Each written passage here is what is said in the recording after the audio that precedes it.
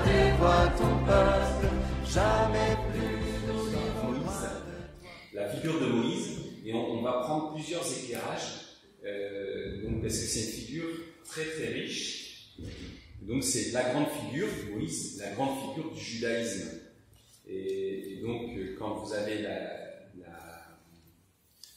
transfiguration de Jésus sur la montagne, il apparaît entouré de deux personnages, Moïse et Élie. Donc Moïse qui représente donc la loi, et puis Élie qui représente les prophètes. On parle de la loi, les prophètes, pour rappeler la classification des livres dans la Bible, la loi, les prophètes et les autres écrits, donc les écrits de sagesse. Donc vous avez à travers Moïse, vous avez cette figure de la loi, et on met derrière Moïse toute la loi. Alors c'est ce qu'on attribue les 5 premiers livres de la Bible. Donc si vous vous rappelez la fiche avec les bouquins, la bibliothèque de la Bible, vous aviez les 5 premiers livres de la Bible, ce qu'on appelle le Pentateuque. Bien, c'est la Genèse, l'Exode, le Lévitique, les Nombres et le Deutéronome. Donc c'est ce qu'on appelle dans la tradition juive la loi. Donc c'est la Torah, la loi. Quand on désigne la loi, on renvoie à la fois cette réalité transmise par Moïse et concrètement aux 5 livres de la loi. Torah, loi, Pentateuque. Donc nous, on va parler du Pentateuque comme catholiques, et les rabbins parlent de la Torah. Et donc, alors il y a une différence entre la Torah elle-même, qui est la loi donnée par Dieu, et ce qu'on en a écrit. Donc il y a une place aussi pour les traditions orales. Il y a une place pour un certain développement de la tradition à partir de cette loi. Parce que ce qui a été donné à Moïse est plus ample que ce qui a été mis par écrit. Et donc vous avez aussi dans le judaïsme des amplifications à travers notamment le Talmud. Et donc, en tout cas, il y a cette référence très forte, et on dit c'est Moïse. Alors c'est ce qu'on appelle une pseudo-épigraphie. Donc on retrouve partout dans pseudo-épigraphie. Donc c'est-à-dire qu'on met sur le compte d'un personnage l'écriture de tout un ensemble de livres de la Bible. Donc dans la Bible, vous en avez plusieurs pseudo-épigraphies. Vous avez pour les 5 livres de la Torah, le Pentateuque, c'est Moïse. Pour tous les écrits de sagesse, c'est Salomon. Pour les psaumes, c'est David. Et donc on dit que David est l'auteur des psaumes. C'est une manière de parler, on met sous l'autorité d'un personnage un livre ou un ensemble de livres. Oui. Alors ça ne veut pas dire c'est ni vrai ni faux, c'est comme ça, c'est un procédé, donc une manière de faire, comme quelque part Jésus c'est l'auteur des 4 évangiles. Vous voyez, effectivement c'est lui qui parle, qui agit, etc. C'est pas lui qui les a écrits. Donc cette question de l'écriture directe, pour nous, c'est une question assez précise qu'on pose d'une manière par rapport aux nègres sur l'écriture ou les plagiats, etc. On est très très chatouilleux sur ces choses-là, mais c'est pas du tout la mentalité de l'époque. Et donc, par exemple, Hérodote, quand il transmet des discours de tel personnage auguste de l'Antiquité, là, et donc tel général, alors il a dit de prendre les guillemets, etc. Et là, il reprend un discours. On a l'impression que c'est mot pour mot ce que la personne a dit. Mais en fait, c'est pas du tout. L'intention, c'est de dire le sens. Il a exprimé ça. Vous voyez, mais on n'est pas. On n'attache aucune importance à la précision, au mot à mot. Vous voyez, on essaye de transmettre un contenu, l'idée du personnage, et on lui fait dire précisément telle et telle chose. Et vous voyez, il y a un peu de jeu. En tout cas, on n'est pas du tout dans la même culture littéraire que celle d'aujourd'hui. Alors c'est important de le dire parce que du coup, il y a eu un débat sur le Pentateuque en disant comment se fait-il que Moïse a décrit sa mort. Et c'est vrai que c'est un peu compliqué, mais vous voyez, dans le processus de pseudo-épigraphie, c'est pas du tout un problème. En fait, il n'y a pas de... Parce que c'est sous l'autorité de Moïse. Et donc, on sait bien qu'il y a d'autres mains qui sont passées par là, un certain nombre. Et donc, le Pentateuque, c'est un recueil assez complexe fait, de traditions, avec des étapes d'écriture, notamment on a parlé de l'exil, qui est quand même une période très intense où à Babylone, il y a des prises de conscience, et puis il y a ce besoin d'avoir en quelque sorte un monument littéraire commun. Il va y avoir la découverte du livre du Deutéronome, qui est raconté dans l'île d'Esdras notamment. Et puis, donc, on met en place, à partir de ces différentes traditions d'Israël, un écrit composé. Donc là, vous avez mis sur la première fiche les 5 livres. Alors, pour rappeler un petit peu, Genèse, donc les origines, chapitres 1 à 11. Donc, dedans, vous avez toutes les histoires de Adam et Ève, Caïn et Abel, donc jusqu'à donc les ancêtres, Enoch, etc., jusqu'à Noé, et la ville de Babel. Et puis, après, vous avez le cycle d'Abraham, qui est assez conséquent, avec ses 13 chapitres, et puis Isaac, qui est beaucoup plus court, et Jacob. On avait dit, grosso modo, on pourrait dire, donc c'est trois ancêtres, et donc on leur donne cette forme d'une famille avec une filiation, en enchaînant les 3 personnages. Et puis Joseph, qui lui, donc le cycle de Joseph, il a un petit côté un peu particulier, on avait vu la fois dernière, c'est à travers la narration plutôt un écrit de sagesse, une méditation sur la providence de Dieu. Comment est-ce que Dieu change le mal en bien? Comment, à travers des événements qui s'opposent à sa volonté, en fait, c'est lui qui agit pour sauver et faire un bien plus grand. Et derrière, c'est la croix du Christ qui se décide avec donc le Christ qui a affronté au péché des hommes, et il en sort un bien plus grand avec la résurrection. Alors, après la Genèse, on passe au livre de l'Exode, où là vous allez trouver tout le récit de la sortie d'Égypte, avec la grande épopée des 10 plaies d'Égypte et de la passage de la mer Rouge. On arrive au désert, le don de la loi, mise en place du culte, et donc là vous avez dans ces chapitres des prescriptions très précises sur la manière d'organiser le culte. Et donc on voit qu'on a emmanché, en quelque sorte, un récit sur Moïse. Alors un récit sur Moïse, et puis après des prescriptions sur le culte, et il n'y a pas encore de temple. Donc vous voyez qu'on est quand même dans le récit. Alors, dans le récit, eh bien, on met sur, à ce moment-là, des choses qui concernent quand même pas mal la façon dont on vit le culte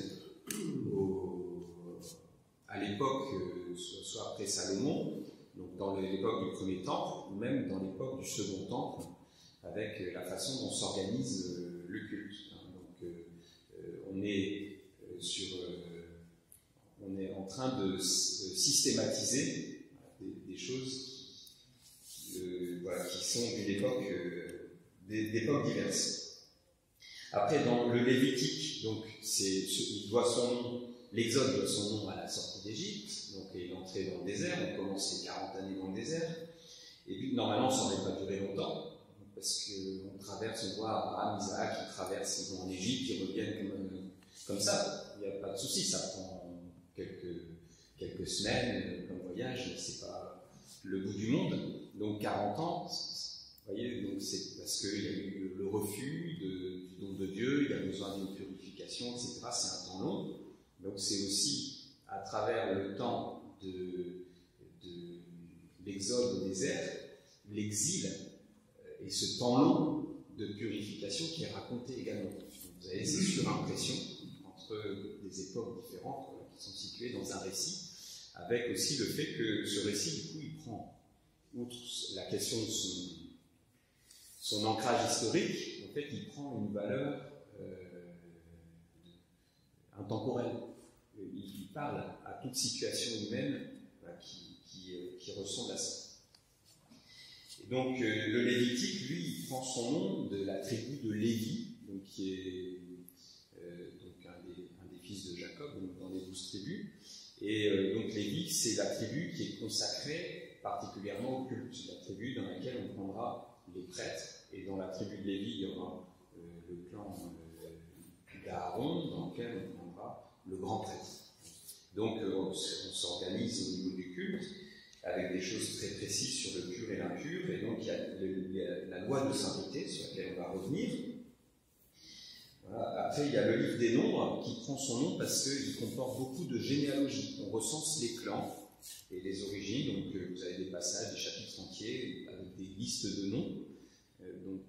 Au début des évangiles de Matthieu et de Luc, on fait la généalogie de Jésus. Et donc, vous avez cette importance de savoir d'où on est, de quelle tribu, de quel clan. Et donc, on recense le peuple. Et puis, vous allez intercaler dans ce livre des nombres des petits passages narratifs, la révolte du peuple, le passage de Balaam, avec la bénédiction de Balaam, qui est appelé par Balak. C'est ça, donc il vient, Balak est roi de Moab, et il a peur que Israël, en traversant son pays, eux ils veulent aller vers la terre promise, et il a peur qu'en traversant son pays, il bouffe tout, voilà, comme des sauterelles. Donc il envoie chercher un prophète pour maudire. On a toujours la figure d'un prophète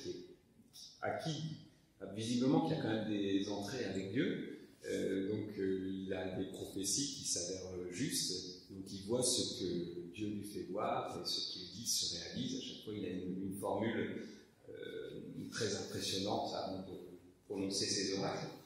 Et alors, il est appelé par Balak pour maudire Israël, et il arrive devant les tentes d'Israël, et là, il est subjugué. Et alors, l'ange de Dieu l'a prévenu, bon, c'est assez coloré comme le récit, l'ange de Dieu s'est interposé sur son chemin, et c'est son ânesse qui voit l'ange, et lui, la voit pas.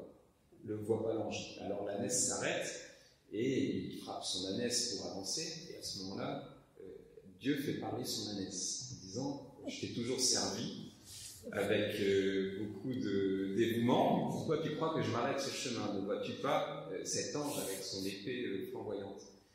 Et à ce moment-là, Dieu ouvre les yeux de Balaam et lui dit « Tu vois, parce que ton ânesse n'a pas vu, mais que ton ânesse a vu, mais que toi tu n'as pas vu, alors je t'avertis de ne dire que ce que je te montrerai. » Et donc voilà Balaam, bien averti, d'avoir une prophétie, parce qu'il y a cette pratique, comme les prophéties sont commandées par les rois, on va quand même dire un peu ce que le roi a envie d'entendre. Et donc ça, on a ça à travers toute la Bible, ce problème des faux prophètes. Et donc là, voilà Balaam qui avertit de dire, même si tu es rémunéré par Balak, dis ce que le Seigneur te fait voir. Et quand il voit les tentes d'Israël, il est subjugué par la beauté de ces tentes, et il est béni. Balak est furieux, il essaye de refaire maudire Balaam, qui de nouveau bénit, et qui va faire une prophétie en disant « Je vois un astre se lever dans ce peuple, et je le vois dans très longtemps, une étoile, donc un héros s'avance, et il y a cette étoile qui se lève dans le livre des nombres, et qu'on va retrouver donc, bien plus tard avec les mages. Et donc l'étoile des mages, elle s'est levée certainement dans le ciel, mais elle s'est aussi levée dans l'écriture.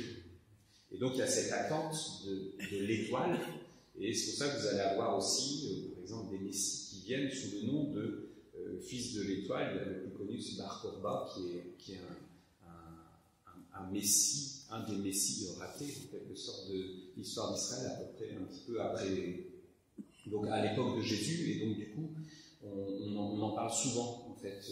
Il avait lancé une révolte, et c'est qui avait échoué. donc, mais vous avez cet épisode narratif qui est assez comme je disais, coloré. Et puis, vous avez aussi l'épisode du serpent d'airain. Donc, avec les murmures dans le désert. Alors, ces murmures, ils finissent par se manifester en serpent, en brûlant, serpent dont la morsure fait mourir. Et du coup, pour éviter au peuple de mourir dans sa récrimination, ces murmures, il y a un pieu en bois qui est dressé. Donc Dieu dit à Moïse de dresser un pieu en bois en faisant un serpent d'airain au-dessus de ce pieu. On lit ça tous les ans à la messe. On découvre. C'est pas la première fois que vous entendez. Et donc, quand ils regarderont le serpent d'airain, alors ils seront sauvés. Et c'est vrai que là aussi, il y a on y voit comme chrétien, quand on lit ça, on ne peut pas s'empêcher de voir le pieu en bois, donc c'est le bois de la croix, avec le mal qui est représenté, donc c'est le péché qui est exposé, exactement comme sur la croix de Jésus, c'est le péché des hommes qui est exposé, mais par la grâce de Dieu qui guérit. Et on est guéri de son péché en posant un acte de foi, en regardant ce serpent d'airain. Alors ce serpent, il avait été gardé, puis après, par peur d'idolâtrie, il avait été détruit, parce qu'on avait peur que les gens se retournent sur ce serpent pour l'idolâtrer. Dans la prise de Constantinople en 1453, vous connaissez ça par cœur, il y a un serpent d'airain qui est représenté comme ça, et les musulmans, quand ils vont arriver, ils vont dire « Ah, c'est des idolâtres ». Ils vont casser le serpent d'airain en laissant juste le moignon de cette colonne, donc serpentine qui en signe de l'idolâtrie des Byzantins. Voilà. C'est une façon de relire aussi l'histoire. Et donc, voilà, vous avez ces passages-là, et puis de nouveau un recensement dans le livre des Nombres, et puis la préparation de la conquête. Alors, ouais, très composite. Et donc, quand vous lisez les passages des recensements, on se dit, tout ça, c'est pas... On a du mal à accrocher, et en fait, entre deux, il y a des petits passages narratifs, ça remet un français, mais donc, à côté desquels on a un peu l'habitude de passer, qui sont pourtant très importants et très intéressants. Et puis dans le Deutéronome, donc là, on est dans un autre style littéraire. C'est Deutéronome, ça veut dire, donc, nomos en grec, c'est la loi, et donc Deutéro, c'est la seconde loi, et donc, il y a une seconde, parce qu'il y a une troisième. Donc il y a une seconde loi, c'est-à-dire qu'en fait c'est une espèce de relecture de l'ensemble du Pentateuque, énoncé par Moïse, donc sous le procédé de la pseudo-épigraphie. Donc Moïse qui reprend un peu tout ce qui s'est passé à travers le désert et qui relie ça comme invitation donnée au peuple à choisir la vie. Et donc, vous avez la bénédiction et la malédiction qui sont présentées. Et donc, choisis donc la vie. Et alors, en fait, en Israël, vous avez donc le mont Ebal et le mont Garizim. Vous avez, donc, quand vous allez en Samarie, vous arrivez à un moment, il y a deux monts comme ça. Et donc, il y a le mont de la bénédiction et le mont de la malédiction. Et donc, on va présenter les lois en disant, si tu suis la loi, voilà pour toi toutes ces bénédictions alors je crois que c'est sur Garizim, je ne mélange pas les deux, sur le Garizim, et puis sur le mont Ebal, tu as toutes les malédictions qui descendent. Et donc, choisis ton chemin. Alors, ça représente aussi la loi comme un chemin de vie, c'est-à-dire que tu vas avancer dans cette terre. Donc, Ebal et Garizim, c'est deux monts, on passe au milieu pour avancer plus dans la terre promise. Et donc, la loi, elle est vue comme un chemin dans lequel tu as deux voies possibles, soit la malédiction en refusant d'accomplir les commandements de Dieu, soit la bénédiction en accomplissant les commandements de Dieu avec cette invitation de Dieu qui dit « choisis donc la vie ». Alors vous avez donc dans le Deutéronome le don de la loi qui est de nouveau exprimé, donc qui est rappelé, de nouveau le décalogue. Vous trouvez le décalogue dans l'Exode au chapitre 20 et dans le Deutéronome au chapitre 5. Et puis de nouveau un code législatif qui précise beaucoup de choses sur les dispositions concrètes du culte, renouvellement de l'alliance, très important, dont je viens de parler. Et puis dernier discours et mort de Moïse. Voilà. Donc, vous voyez, ça vous fait un petit aperçu de ce monument qui est le Pentateuque, avec ces 5 livres qui s'achèvent aux portes de la Terre Sainte. Et puis après, vous allez avoir le livre de Josué qui prend le relais. Et donc, où on aurait très bien pu avoir, au lieu d'un Pentateuque, un hexateuque, c'est-à-dire un 6 livres, mais donc ça s'arrête, la loi elle-même, elle s'arrête aux portes de la Terre Sainte, comme si, en fait, le peuple reste sans cesse en exode. Et on est toujours en marche. Et donc après, avec Josué, c'est Jéricho, la conquête de la Terre Sainte. Voilà. Donc là, vous avez un modèle de conquête éclair avec Josué. Donc le peuple rentre et puis conquiert une par une les places fortes de la Terre Sainte et il s'installe. Et dans le livre des Juges, vous avez un modèle d'infiltration. Alors donc après, il y a le livre des Juges, là qui présente des héros qui sont déjà... donc on est dans le pays, mais c'est un pays dans lequel l'unité entre les tribus et la conquête du pays n'est pas faite. Et donc, entre les deux, vous voyez, la vérité historique, elle est certainement plus du côté du livre des Juges que la conquête éclair et d'un seul homme où le peuple rentre en Terre Sainte avant de se disperser. Voilà. Donc, la Bible n'est pas non plus complètement unifiée sur ces choses-là, parce que c'est peut-être pas ça l'essentiel. Donc, j'ai mis un petit carré. D'Égypte, j'ai appelé mon fils. Alors, vous voyez, donc, si on reprend un peu au début de l'Exode, on ne va pas revenir sur la Genèse aujourd'hui, mais au début de l'Exode, vous avez donc cette sortie d'Égypte. Le peuple est arrivé en Égypte parce que, vous vous rappelez pourquoi, Jacob et ses 12 fils ils sont installés avec l'histoire de Joseph, ils se sont installés en Égypte, et puis Jacob a bien fait promettre, et Joseph aussi, de faire revenir, s'il meurt en Égypte, de faire revenir leurs ossements sur la terre que Dieu a donnée. Et il rappelle bien, la terre que Dieu nous a donnée, c'est Canaan. Donc il faut revenir en Canaan. Et donc au début en Égypte, tout se passe bien, et puis après Pharaon décède, et puis un autre Pharaon vient qui n'a pas connu Joseph, et puis l'ambiance se détériore, vous connaissez ça, et finalement la vie devient amère. On parle de l'esclavage en Égypte, et puis c'est la sortie d'Égypte. Alors au niveau historique, cette sortie d'Égypte, elle n'a pas laissé de traces. On n'a pas trouvé de relief archéologique, de preuves archéologiques de la sortie d'Égypte, mais on trouve des éléments. Alors il y a 2 éléments. Donc il y a dans tout cet Orient, ce Proche-Orient ancien, il y a des apirous. Les apirous, ce sont les pauvres du pays. Donc c'est des genres c'est des populations qui sont facilement maltraitées, qui sont pauvres et qui se débrouillent comme elles peuvent. Et donc on a dans les chroniques des pharaons égyptiens, on a quand même pas mal de documentation sur l'histoire d'Égypte. Et donc on a des traces, comme ça, on a des tablettes avec la mention de ces apirous et de temps en temps des fuites d'esclaves. Donc on a des petites traces, on dit tiens c'est intéressant, ça résonne avec l'Exode, et on n'a pas un document qui nous montre Moïse avec tous les Hébreux qui sortent d'Égypte. Il y a des choses qui ressemblent beaucoup avec le passage de la mer d'Éjon, les roseaux.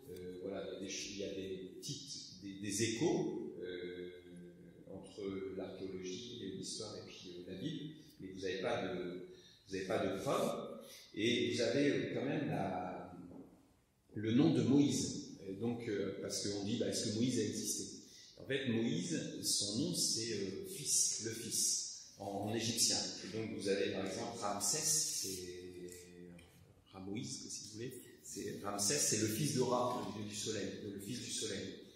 Après vous avez Thutmosis, qui est donc un pharaon, qui est le fils de Thoth, le dieu, vous voyez, avec une tête d'épice égyptien, qui est le dieu des scribes.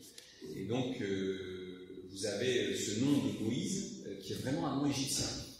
Et vous avez des aspects de la vie de Moïse qui ne s'invente pas dans le texte. Et donc on voit que Moïse lui-même, c'est pas...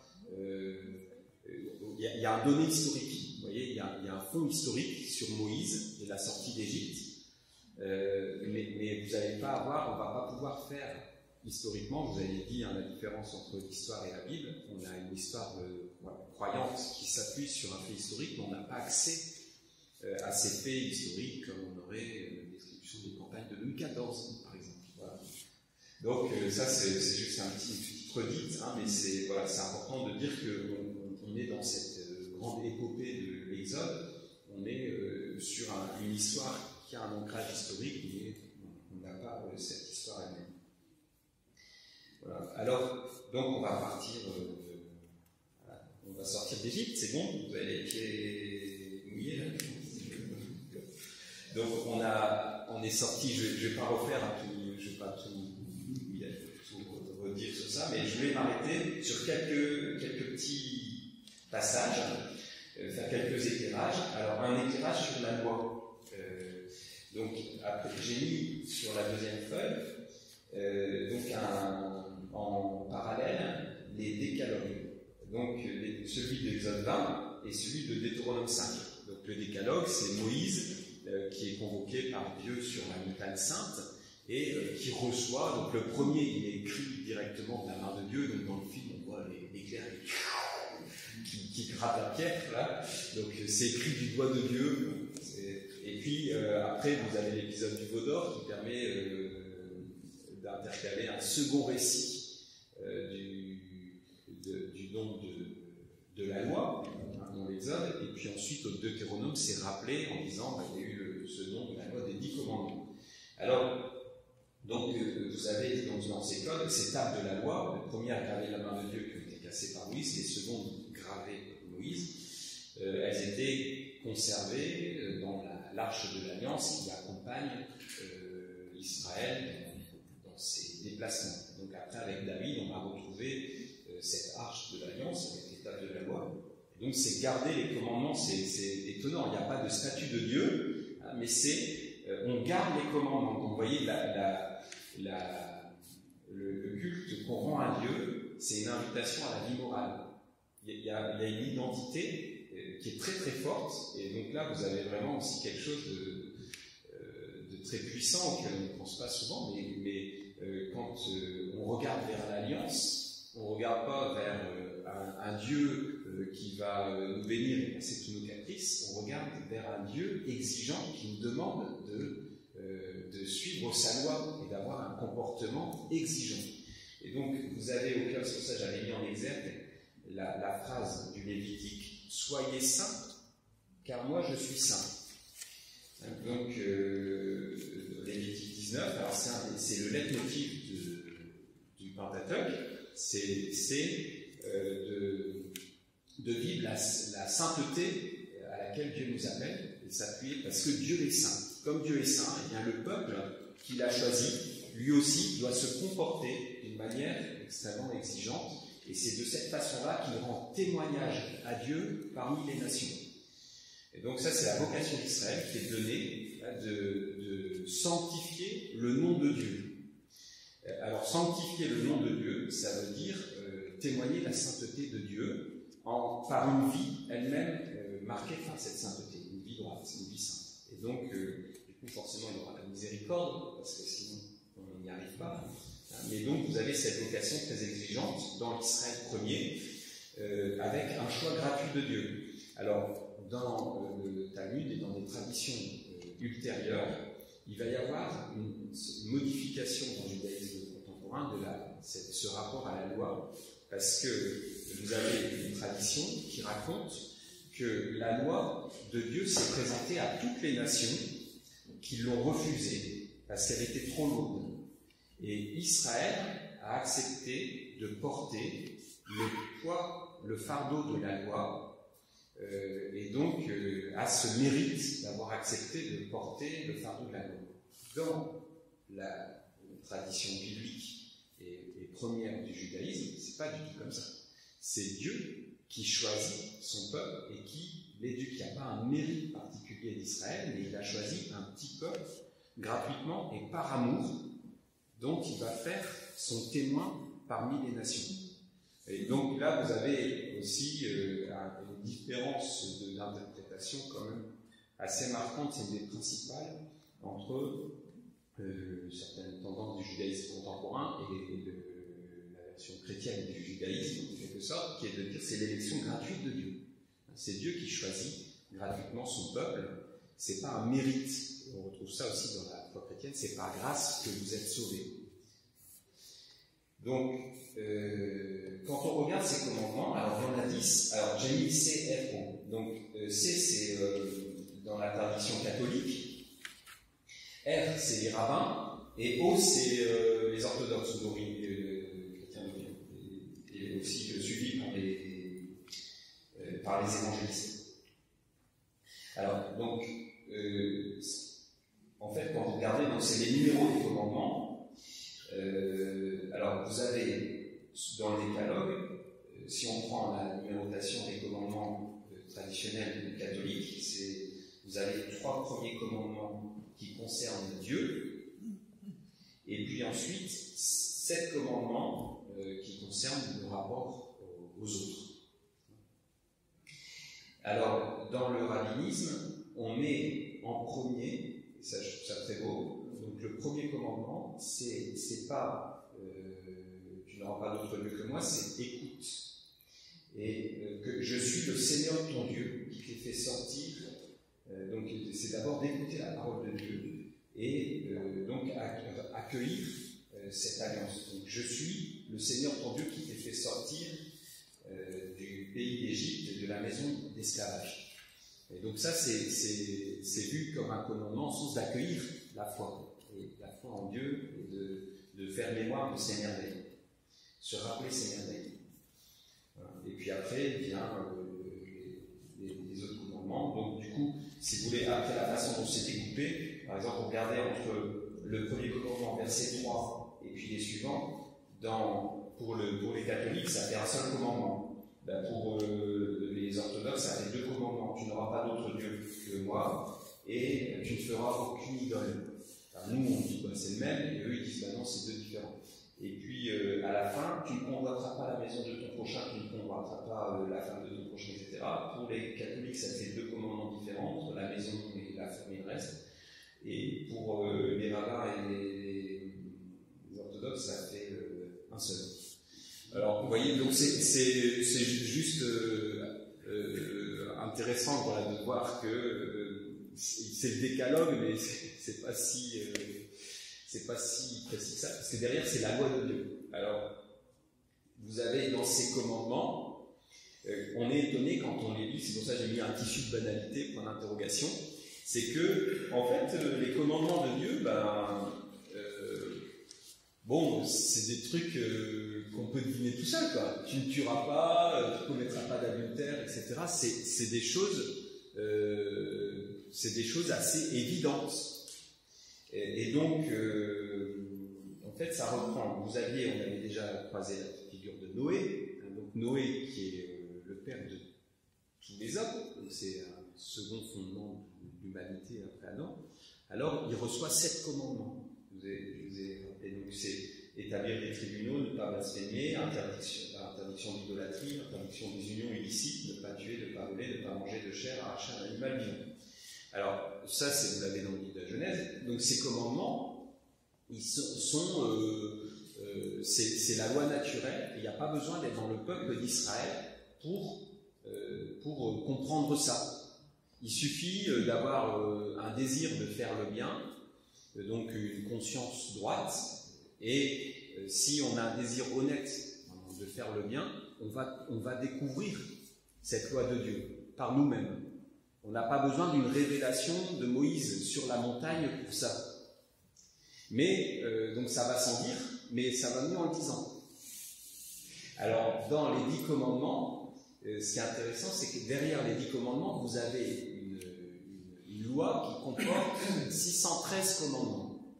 Au total, il y a 613 commandements. Les 10 commandements, en fait, on dit c'est un résumé des 613 commandements, mais en fait, quand on regarde, pas exactement, parce que les 10 commandements, ils ont un caractère quand même assez universel, même l'unicité de Dieu, c'est quelque chose que l'homme peut découvrir dans sa conscience, par sa réflexion. Et donc même si ça va mieux avec une révélation, alors on dit par exemple qu'en Égypte, il y a eu un culte au Dieu unique. Voilà. Et donc vous avez d'autres traditions religieuses qui ont découvert cette vérité de l'unicité de Dieu sans révélation. Mais donc ces 10 commandements en soi, ils constituent pas tellement un résumé, mais plutôt une clé d'entrée. D'abord, ils montrent, on parle de fardeau de la loi, que la loi, c'est pas tant un fardeau que ça. Dieu demande des choses quand même simples et évidentes. Et donc,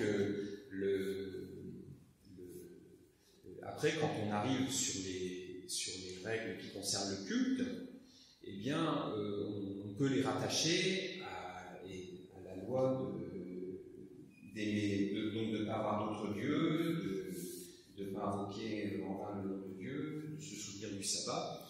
Donc, on a ces commandements, ces 3 commandements qui concernent l'amour de Dieu, qui sont déployés dans quantité de commandements plus particuliers de la loi juive. Où là, on va avoir des cultes très précis, avec des aspects où là, forcément, si c'est pas révélé, si c'est pas commandé par la religion, eh bien, l'homme ne peut pas sucer ça de son pouce. Et donc, et pareil pour les commandements qui concernent le rapport au prochain, la justice, de ne pas retenir par exemple le manteau d'un pauvre pendant la nuit, etc. Eh bien, tous ces commandements qui concernent le prochain, il y a cette clé d'entrée du respect du prochain, même si après il va y avoir des choses très particulières sur le fonctionnement des tribunaux, etc. Vous voyez, donc on pourrait plutôt parler de clé d'entrée dans l'ensemble des lois que de résumé. Et vous avez cette question aussi qui traverse toute Israël, toute la réflexion d'Israël, de trouver, comme il y a 613 commandements, c'est compliqué de respecter les 613 commandements, eh bien il faut un principe clé qui va permettre de pratiquer l'ensemble, sans être toujours pris à défaut sur les petits préceptes dont il faut oublier aucun. Je me rappelle toujours ta loi, donc il y a toujours cette invitation à se rappeler sans cesse les commandements, la loi de Dieu, mais c'est trop 613. Alors, on pose la question à Jésus. Quel est le grand commandement? Vous voyez, donc c'est parce que c'est une question, c'est un questionnement qui a traversé tout Israël jusqu'à Jésus. Et Jésus va répondre de façon assez simple, donc aimer Dieu et son prochain comme toi-même. Donc le second qui lui est semblable. Alors il éclaire aussi l'articulation entre les deux, en disant il y a un commandement, c'est aimer Dieu et son prochain. Donc voilà la réponse de Jésus par rapport à cette question du commandement. Je vous ai mis le passage de Matthieu 22, chapitre 22, sur la feuille. Quel est le grand commandement? Et donc à travers cette question des pharisiens, vous voyez, il pose une question qui a cours dans le judaïsme de façon très fréquente. Donc il y en a qui répondent qui ont certaines réponses, et là on a la réponse de Jésus. Alors, donc cette loi, je vous ai dit, donc c'est la loi de sainteté, et donc c'est une sainteté qui est extrêmement morale, dans un comportement. Suivre les commandements de Dieu, aimer sa loi, mais c'est pas. Donc il y a un amour de la loi qui permet aussi de la mettre en œuvre. Alors vous avez le grand texte sur l'amour de la loi, c'est le psaume 118. Donc si vous voulez, donc c'est une très très belle méditation, et à tous les versets, donc c'est un psaume kilométrique, il y a un nombre de versets, donc il y a plus de 100 versets à ce psaume. Et à chaque fois, à chaque verset, il y a toujours un mot qui signifie la loi. Donc commandement, précepte, loi, etc. Donc vous avez toujours, à chaque le style littéraire de ce psaume, c'est toujours de dire j'aime ta loi, tes commandements, je les observe, fais-moi suivre tes préceptes, etc. Donc vous avez ça à chaque psaume, et pourtant c'est beau. Voilà, c'est un très très beau psaume voilà, et qui est marqué vraiment par cet amour pour la loi de Dieu. Voilà. Et donc, à travers... donc ça, c'est une première... c'est une lecture législative. Il y a quelle heure? -5. Donc ça, c'est une lecture législative. Après, vous avez aussi, dans l'Exode, l'itinéraire de Moïse, qui est très intéressant, qui est l'itinéraire de la connaissance de Dieu. Hein, donc parce que le judaïsme, c'est loin d'être juste un système juridique. C'est un chemin de connaissance de Dieu. Et donc c'est très important de voir que Dieu, à travers ses lois, propose non pas seulement une façon de vivre et d'obéir qu'on aurait plutôt dans l'islam. Et quand on fait des rapprochements entre l'islam et le judaïsme, entre deux, il y a quand même, vous savez, dans l'islam, il y a plusieurs courants, et les courants les plus... donc la Shia, ça veut dire, les chiites, ça veut dire la voie. Et donc ça veut dire que dans les courants les plus proches du judaïsme, quelque part, il y a quand même cette ouverture à une connaissance de Dieu, qu'il n'y a pas du tout dans le sunnisme. Donc le sunnisme, c'est on obéit, on applique les commandements et on ne cherche pas à connaître Dieu. Et si vous voulez avoir un dialogue avec les musulmans, ce qui est intéressant, c'est d'aller sur ce terrain, de dire comment tu connais Dieu, qu'est-ce que ça te dit de Dieu. Et en fait, si vous rencontrez un wahhabite ou un sunnite, il ne saura pas vous dire grand-chose. Les soufis, qui sont les tendances les plus proches du chiisme dans le sunnisme, eux, ils ont cette ouverture-là. Et puis dans le chiisme, il y a plus d'ouverture à la connaissance de Dieu, puisque la loi, elle est vue comme une voie à la connaissance de Dieu. Mais dans le judaïsme, c'est évident que la question, c'est de connaître, d'entrer en alliance du cœur avec Dieu. Et donc, on est nous, comme chrétiens, où Jésus nous fait connaître Dieu, on est très à l'aise dans le judaïsme, qui est notre foi, notre religion, puisque c'est connaître Dieu. Et donc l'islam fait autre chose. Ils ont fermé cette question-là, et donc c'est pas la même ambiance, le même univers religieux, et le dialogue est pas le même. Voilà, c'est intéressant d'avoir un dialogue, mais il faut savoir sur quoi on le base. Et donc, à travers la figure de Moïse, vous avez un homme qui va à la rencontre de Dieu et qui découvre Dieu. Alors ça se manifeste par des choses très fortes et très belles. J'ai mis sur la 4e fiche, vous avez le buisson ardent, au début, donc il voit ce buisson qui brûle sans se consumer, donc ça l'interroge, il est curieux, cet homme. Donc Dieu, voyant qu'il avait fait un détour pour voir, donc par curiosité, il lui parle du milieu du buisson. Donc il l'appelle par son nom, Moïse, Moïse, et il lui dit enlève tes sandales, car le lieu où tu te tiens est un lieu sacré. Donc là on est sur la montagne, on est déjà à l'Horeb. Donc il y a l'Horeb ou le Sinaï. Vous avez deux traditions qui se lèvent dans Pentateuque. On l'appelle soit l'Horeb, soit le Sinaï. C'est la montagne sainte. Où est-ce qu'elle est exactement? On a une tradition pour la situer aujourd'hui dans le Sinaï, mais on n'en est pas exactement sûr. Alors, Dieu va révéler, donc il confie à Moïse, j'ai entendu la misère de mon peuple et tout ça. Alors il lui confie une mission. Il lui dit, va parler à Pharaon. Il dit, je suis maladroit, je ne sais pas parler, tout ça. Il y a ton frère avec toi, Aaron, lui, il peut parler puisqu'il parle bien.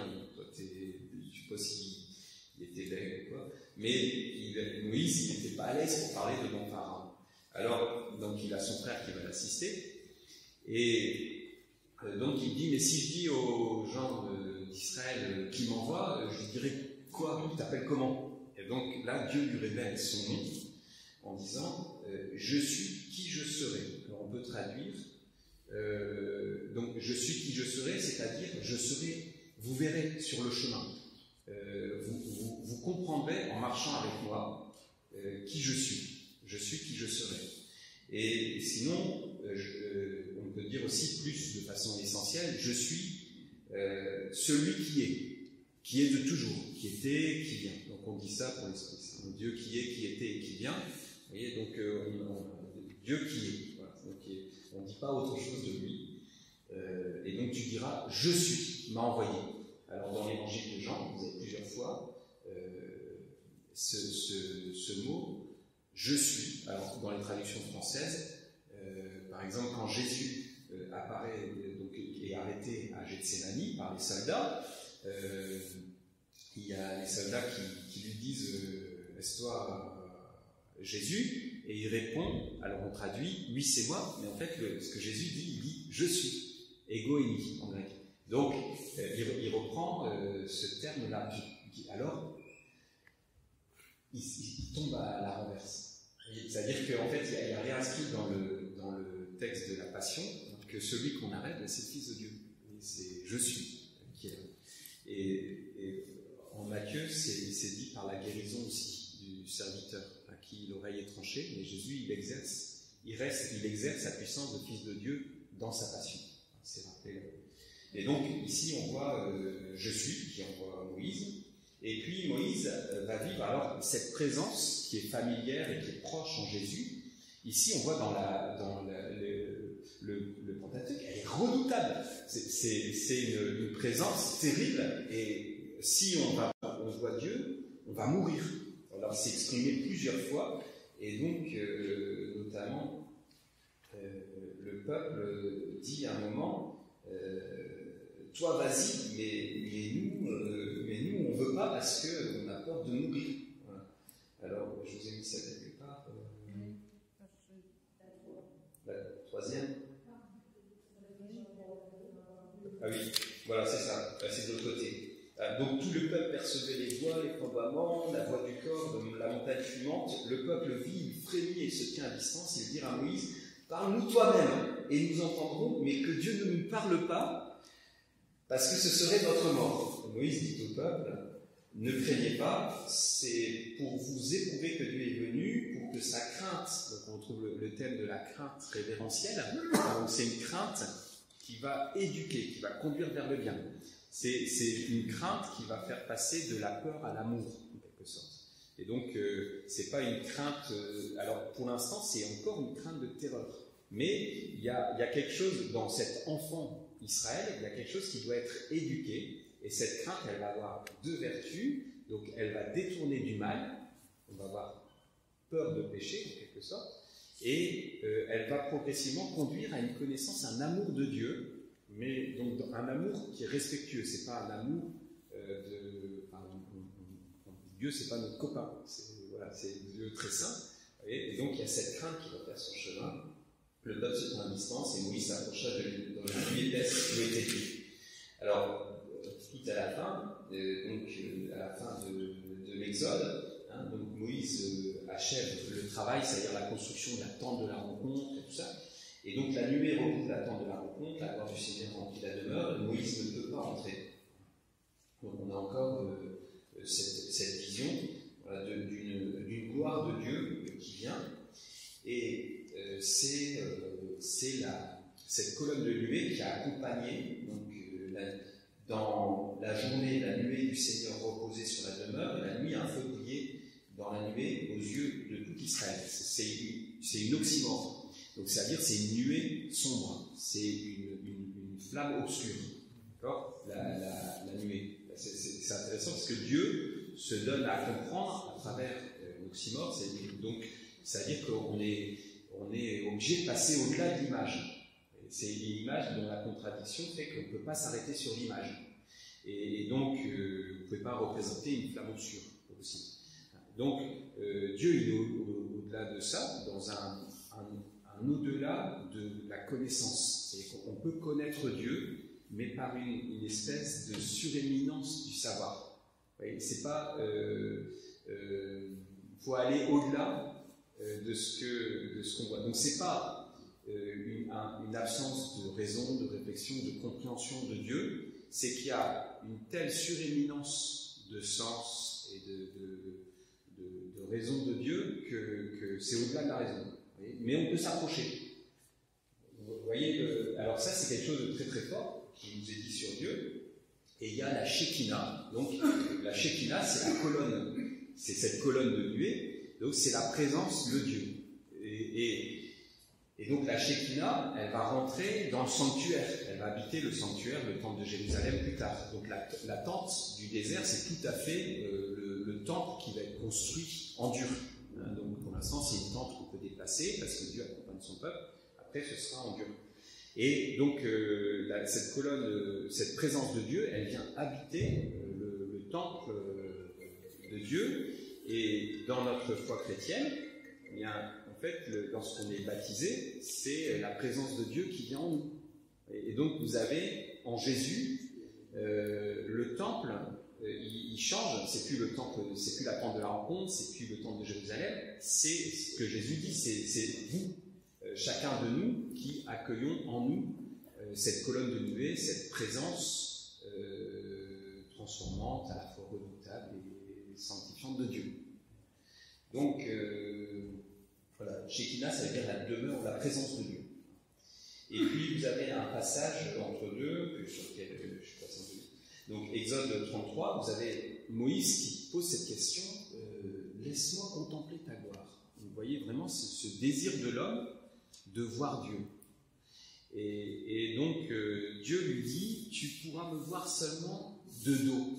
Donc, je te mettrai dans le creux du rocher, je mettrai la main sur toi et je passerai, et à ce moment-là, tu pourras me voir de dos. Alors, je trouve qu'il y a aussi quelque chose de très fort qui est dit sur l'expérience de Dieu, où en fait, Dieu passe dans nos vies, mais on le voit de dos, au sens où on le voit après coup. On voit les effets de son passage, on voit qu'il était là, mais au moment où il est passé, on dit qu'il n'était pas là. Voilà, qu'est-ce qu'il faisait? Il n'était pas là. On ne voit que de dos. Voilà, donc ces regards sur Moïse. Et alors, à la fin, vous avez le grand prophète annoncé. Donc, vous avez dans le livre du Deutéronome, Moïse qui annonce lui-même au peuple, au milieu de vous, parmi vos frères, le Seigneur votre Dieu fera lever un prophète comme moi. Et vous l'écouterez. C'est bien ce que vous avez demandé au Seigneur votre Dieu au Mont Horeb, le jour où de l'assemblée, quand vous disiez « Je ne veux plus entendre la voix du Seigneur mon Dieu, je ne veux plus voir cette grande flamme, je ne veux pas mourir. » Et le Seigneur me disait alors « Ils ont bien fait de dire cela, je ferai se lever au milieu de leurs frères un prophète comme toi, je mettrai dans sa bouche mes paroles et leur dirai tout ce que... » Et il leur dira tout ce que je lui prescrirai. Et donc, vous avez cette attente du grand prophète annoncé. Et c'est pour ça que lorsque les pharisiens viennent voir Jésus, ils disent « Es-tu le grand prophète ?» Donc, vous voyez à quoi ça se réfère? C'est le prophète annoncé qu'on attend. Donc, il dit « Non, je ne suis pas le grand prophète. » Et est-ce que Jésus est le grand prophète annoncé? Jamais. Dans l'Évangile, on dit que Jésus, c'est Moïse. Mais quelque part, à chaque fois, c'est sujet. Parce que, en fait, Jésus, il est le grand prophète annoncé, mais il est aussi plus que ça. Et donc, Jésus accomplit la figure de Moïse. Il est ce prophète qui vient de la part de Dieu, mais il est aussi le roi, le descendant de David. Il est aussi le grand prêtre. Vous voyez, il est plus, et il est le fils de Dieu. Et donc, on n'enferme pas Jésus dans la figure du grand prophète annoncé, mais sur la montagne, il donne la loi nouvelle avec les béatitudes. Dans l'évangile de Matthieu, il y a 5 discours qui se succèdent comme par hasard. Les Pentateuque, il y a 5 livres. Vous voyez, donc, vous avez tout un ensemble de résonances entre Moïse, notamment dans l'évangile de Saint Matthieu, entre Moïse et Jésus, qui accomplit la figure du prophète annoncé sans s'y enfermer. Voilà. Donc voilà pour ce regard sur Moïse. Et puis, je vous ai laissé une autre feuille, mais c'est un regard différent, parce que voilà, pour vous dire aussi que la lecture du livre ne s'épuise pas, c'est plutôt sur... donc c'est donné par... j'ai eu ça, une formation sur le changement pastoral. Comment traverser le désert. Et donc là, vous avez les étapes de la transformation. Et donc ça, c'est fait par des coachs, donc de Talentéo. Donc on est dans le management et la transformation d'entreprise. Et donc vous avez une autre lecture de Moïse qui va faire cette transformation du peuple. Il y a 40 ans pour transformer le peuple, et il faut que toute la génération passe, parce qu'il y a une transformation profonde.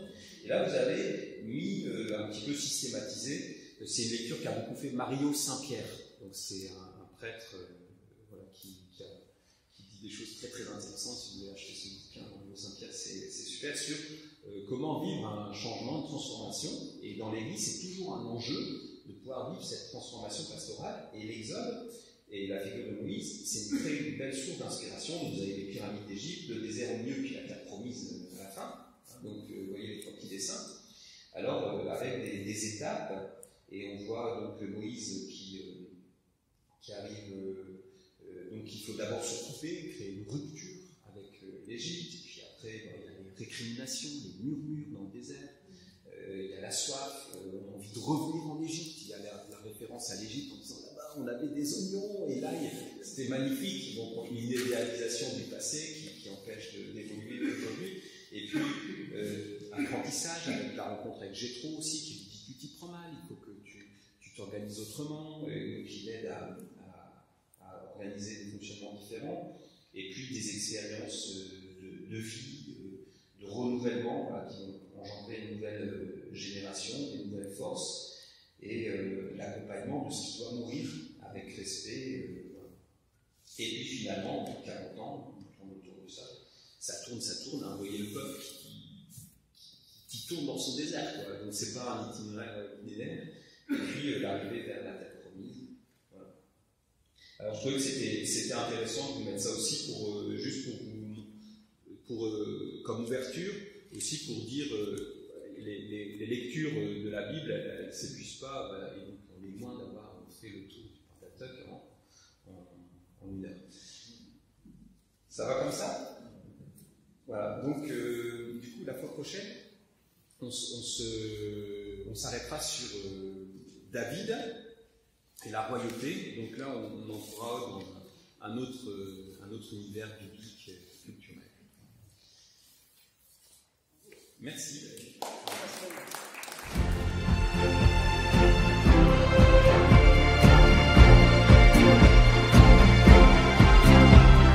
Dieu de l'univers, Dieu saint, du haut des cieux, regarde et vois ton peuple. Jamais plus nous n'irons loin de toi. Fais-nous vivre pour te chanter sans fin.